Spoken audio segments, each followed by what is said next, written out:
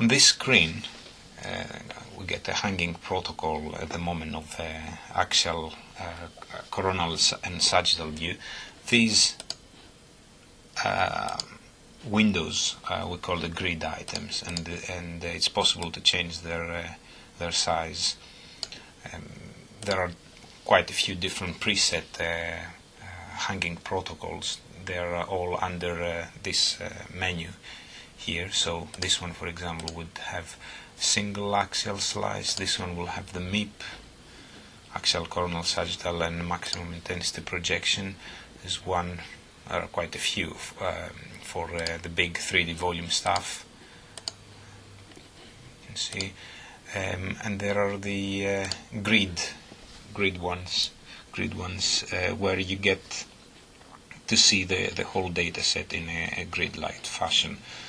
Here all the grids are in consecutive order, and by clicking on one of the grids I can move back and forth through the data set. The hanging protocols, of course, are different depending on the modality that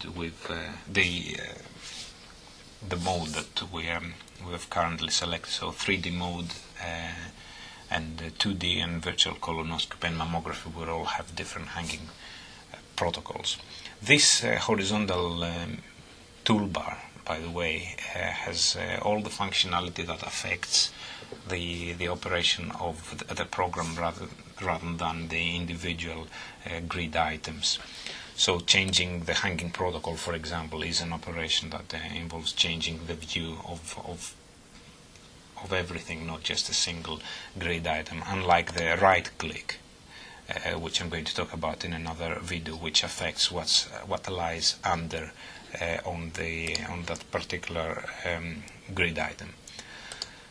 It is possible to create your own grid-like view using through this menu. So I can construct a 3x3. Again, they would be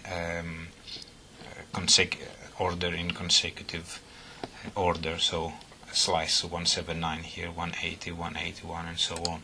If I were to generate a sagittal one, I would click on a sagittal grid item and I would do the same. Again, they are ordered.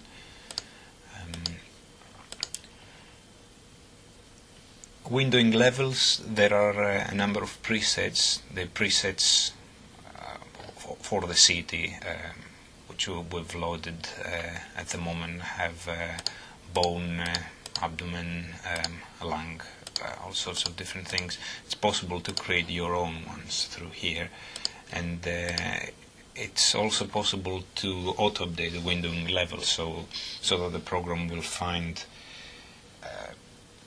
the windowing levels that would show you, would create the best fit based on the intensity of the images. So this one, for example, would auto-update and change the windowing as we move through the volume, always trying to find the best fit. Let's turn that off. Palettes. This menu would show you the selection of palettes. It's possible to make an association of the intensity value to a color value. So here I've generated a fire palette, so black becomes black, then grayscale becomes red, yellow, and then white.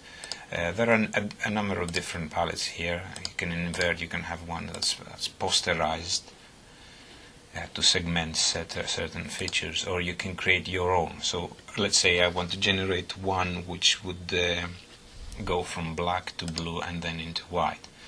So we'll do this, and here it's generated, going back to the normal. This one would inverse colors.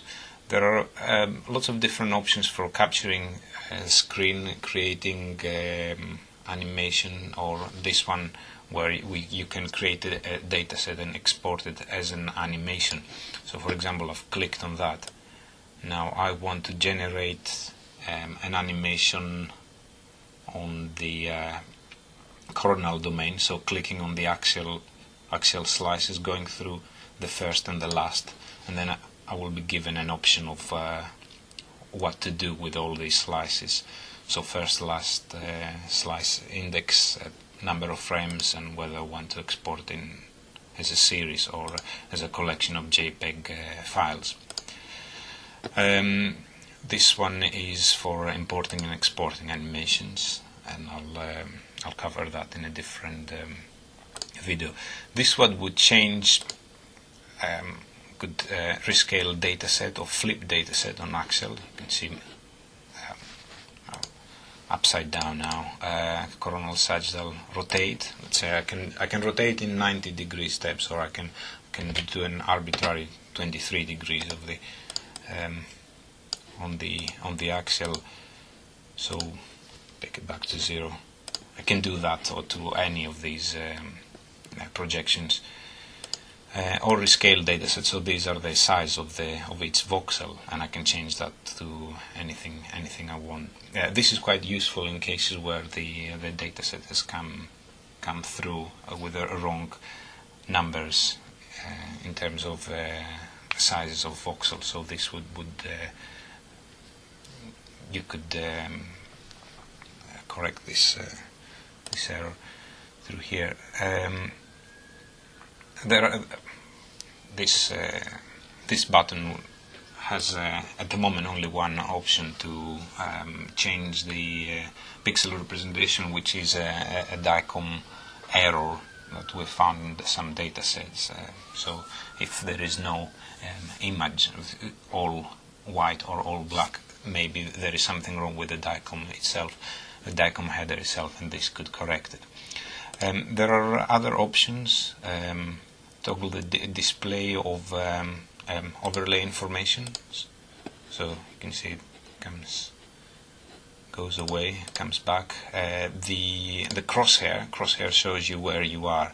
So if I change that follows. It's crosshair commonly used in all DICOM viewers. Shows you the position in 3D space. This one would show you the reference line, so it will, all these horizontal lines show you the exact location of each slice as scanned actually on the machine. So it's quite useful as you go through to know which of this slice correspond together with that correspond to which original slice is read from the machine.